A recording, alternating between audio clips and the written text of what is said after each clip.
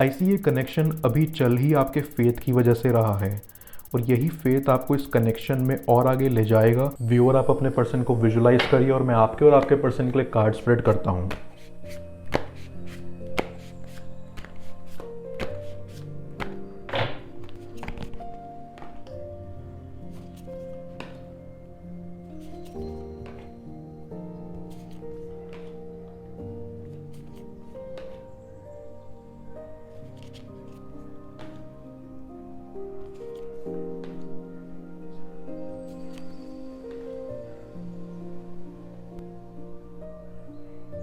I feel ये एक strong connection है, बट इस कनेक्शन की खूबसूरती ये है कि इस पर्सन को मिलने से पहले अब दोनों ने ही लाइफ में बहुत सी चीज़ों का सामना करा है और इस रिलेशनशिप की मदद से ही कहीं ना कहीं आपकी ज़िंदगी में एक समय पर खुशियों के दो पल आए थे। ऐसी आपके बीच कितने भी आर्ग्यूमेंट्स और डिसएग्रीमेंट्स हो जाएं, अब दोनों के बीच एक दूसरे के लिए प्यार हमेशा मौजूद रहेगा। अब दोनों ही एक दूसरे के इमोशन से एनर्जेटिकली जुड़े हुए हो।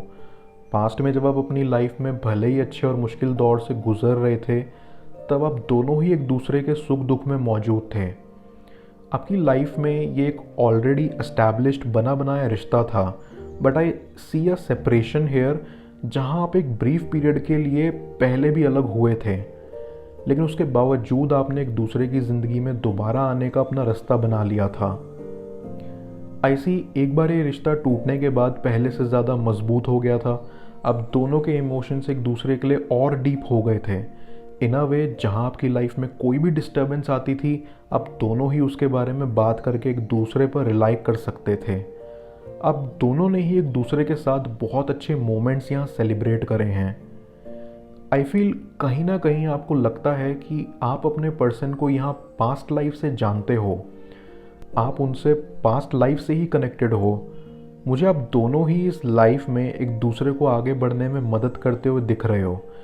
इस वक्त भले ही आप बहुत अंडरस्टैंडिंग हो, आप बिना उनके टच में रहकर स्टिल उनकी हर छोटे वे में हेल्प कर रहे हो, बट आगे चल के मुझे ये पर्सन आपकी तरफ काफ़ी सपोर्टिव दिख रहे हैं, बिकॉज अगेन आप दोनों ही एक दूसरे के इमोशन से एनर्जेटिकली जुड़े हुए हो और एक सेम वेवलेंथ पर हो। ऐसी कि आप अपने पर्सन की तरफ बहुत काइंड हार्टेड हो और खुद से ज़्यादा उनको और इस रिश्ते को प्रायोरिटी देते हो। वो आपकी ये सब क्वालिटीज़ नोटिस करते हैं, लेकिन उस पर रिएक्ट नहीं करते। उनको खुद में ये पता है कि शायद आपसे ज़्यादा ना उन्हें कोई समझ पाया है और ना ही समझ पाएगा, लेकिन इस मोमेंट में उनकी ईगो के कारण वो ये सब चीज़ें आपको बोल नहीं पाते हैं। आई फील आप अपनी लाइफ में पूरी कोशिश कर रहे हो स्टेबिलिटी लाने की, एंड आपको लगता है कि ये रिश्ता भी आपके साथ उसी स्टेबिलिटी का हिस्सा बन सकता है। मैं कार्ड्स को क्लैरिफाई कर रहा हूँ, तब तक आप प्रॉपर एनर्जी एक्सचेंज के लिए इस रीडिंग को लाइक कर दें और पर्सनल रीडिंग के लिए आप मुझे व्हाट्सएप पर अप्रोच कर सकते हैं।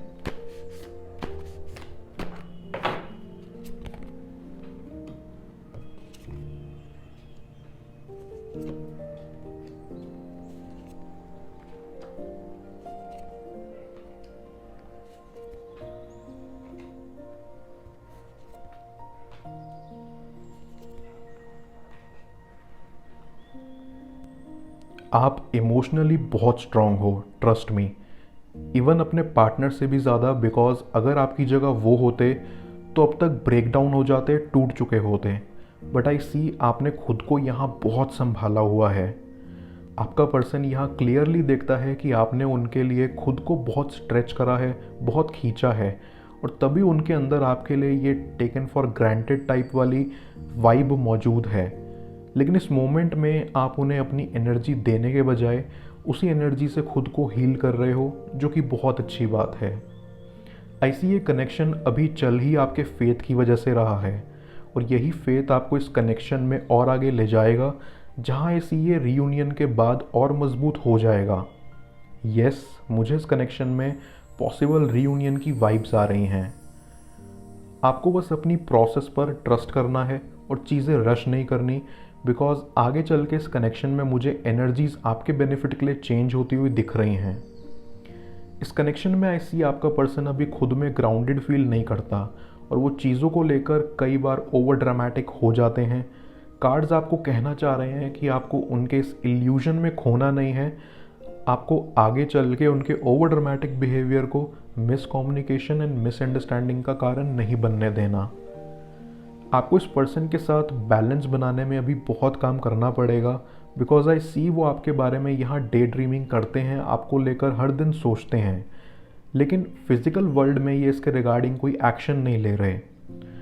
मुझे आपके कुछ डीप फियर्स ज़रूर आ रहे हैं जिसके कारण आप अपने पर्सन से और ओपन अप नहीं हो रहे, बट आई डू सी कि ये जो भी आपके अंदर डर बढ़ रहा है ये उनके दोबारा सामने आते ही कैसे चला जाएगा आपको पता भी नहीं चलेगा, because at the end of the day ये एक बहुत ही स्ट्रॉन्ग कनेक्शन है जिसमें सिर्फ एक्सेप्टेंस एंड ग्राउंडेडनेस की कमी है।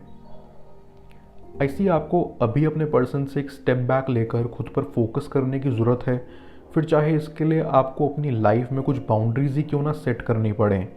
गिविंग एंड लविंग होना बहुत अच्छी बात है, लेकिन उसकी वजह से जल्दीबाजी में आपको यहाँ कोई भी डिसीजन नहीं लेना, क्योंकि कुछ भी हो जाए ये कनेक्शन आपकी लाइफ से कहीं नहीं जाता। ये बस एक इल्यूजन है जो बार बार आपको आकर डरा रहा है, एंड आप कैपेसिटी रखते हो इस इल्यूजन से बाहर आने की।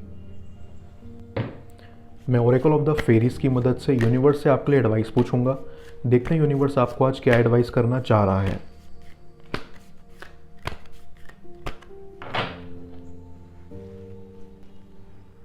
Protect your dreams. ये फेरी आपको कहना चाहती है कि दुनिया को अपने ड्रीम्स रिवील करने से पहले आपको अपने ड्रीम्स की फाउंडेशन स्ट्रॉन्ग करनी होगी। जैसे जैसे वो ड्रीम्स आपके अंदर पनप रहे हैं और बड़े हो रहे हैं, वैसे वैसे ये आपके लिए ज़रूरी है उन ड्रीम्स को चेरिश करें और उन्हें प्रोटेक्ट रखें। ये ड्रीम्स आपको सही समय आने से पहले अपने सिवा किसी और को रिवील नहीं करने, अनलेस आप उस पर्सन पर हद से ज़्यादा भरोसा रखते हो। जैसे जैसे ये ड्रीम्स आपके अंदर नर्चर होंगे और बड़े होंगे, इन्हें रियल लाइफ में एग्जिस्ट करने की पावर एंड मोमेंटम दोनों मिलेगा, और सही समय आने पर ये ड्रीम इस वर्ल्ड में अपनी एग्जिस्टेंस रखने के लिए रिलीज हो जाएंगे। क्या उन्हें आपकी याद आती है? ये जाने स्क्रीन पर शो हो रही इस नेक्स्ट टैरो रीड में। पेड पर्सनल रीडिंग के लिए आप मुझे व्हाट्सएप पर अप्रोच कर सकते हैं। मैं मिलता हूँ आपसे दोबारा अगली टैरो रीडिंग में। Till then, bless you.